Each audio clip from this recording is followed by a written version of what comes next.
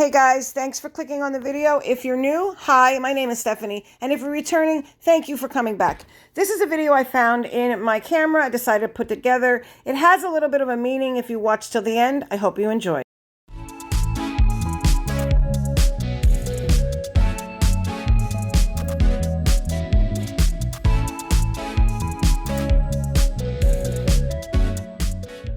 Hey guys, please remember to subscribe if you have not.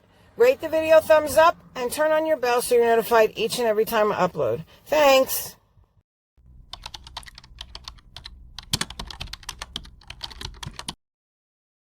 Hey guys, I am just popping on here. I don't know if you're even going to see this or when you're going to see this, to show you that your girl is making dinner for herself. You know, like a full, what is it, all food group meal. I usually like to grab some cottage cheese, some yogurt, something like that. I was in the mood, so I decided, let me make some homemade mac and cheese.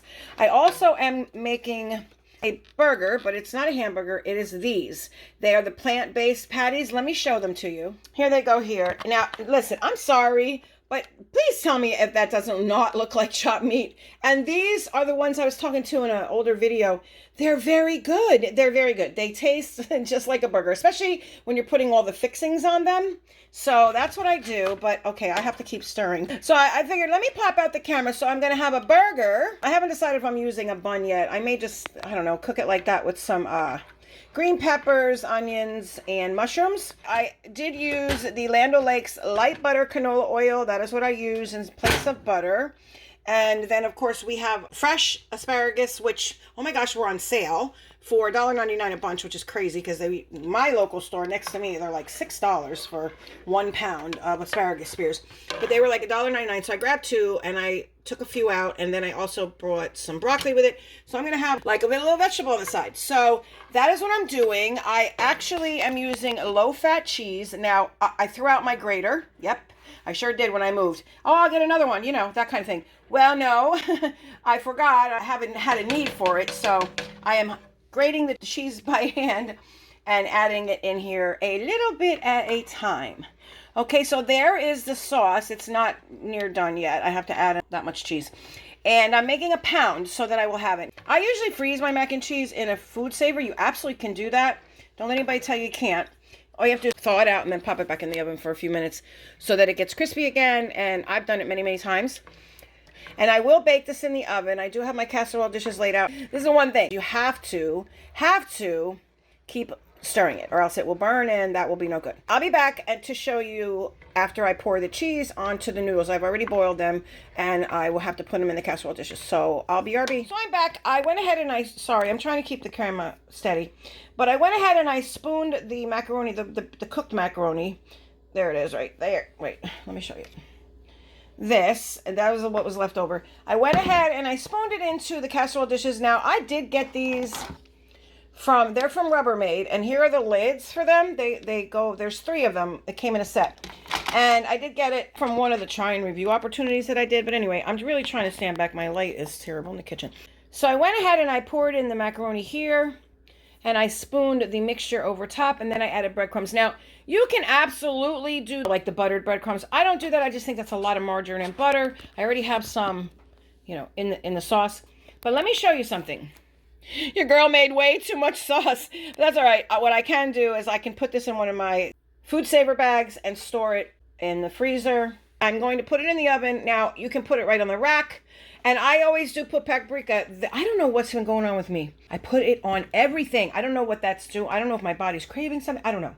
But it's just very weird. This has only been the past year that I've been doing this. It's crazy. I buy like 2, 3 every month and I'm done with them. I put paprika on everything. So you put your breadcrumbs on there. That will help to soak up anything. Let me show you the side of it. As you can see, you have to put it in there like that so that it's covered all the way to the top. So I kind of accidentally went over. And then what I do to cut down on cleaning time is I wipe around it and then I will put it in the oven. Now it's going to bubble. So what I do, because I don't feel like cleaning my oven tonight, that's for sure. I will put a baking sheet underneath it and it goes in for 30 minutes. So I am cooking the Beyond Burger and it's very easy. You just heat your skillet up, throw them in there, 4 minutes on each side. I do add some seasoning, so a little bit of salt, a little bit of pepper, and the McCormick's, where is it? There it is. The Grill Master, not sponsored. Although I use so many of their spices, they could if they want to. I'm just kidding. Am I though? So I do add this on each side because honestly, the one thing I don't like about these, doesn't smell like a burger cooking. I am just like searing the onions. I am not left-handed. My left hand is worth crap. I have to try and look over the camera while I'm doing this. Okay, so there you go. And I'm just browning the onions, you know, cooking them down. I can't eat raw onions. They bother my stomach. And cooked onions make me sleepy, so go figure. I have to constantly wipe things down. Who wants to eat something from a dirty kitchen, right? I just have a thing about wiping everything down, and I usually clean as I go. So yeah, that is the onions. I turned them off because they're done, and the heat from the pan, I'll add a little bit more water. But why am I so close? It'll take it down a little bit. And see, this is what happens here. So 4 minutes. I didn't put the timer on. I kind of know when they're done. I've made them so many times. So I just kind of make sure that they're not like stuck to the bottom. And then, yeah, I have about 3 more minutes to go. I just put them on there. But I always make sure that the skillet is nice and hot when you slap them down. I don't know, it just makes them better. And guys, I wanted to ask you, has anybody ever heard of this? So this is a little tiny skillet. That's what I did the onions with. Did anybody ever hear of cleaning these without water? You take a damp, maybe sponge or paper towel even. You pour salt in it, and then you clean it out with salt, and then you wipe it out.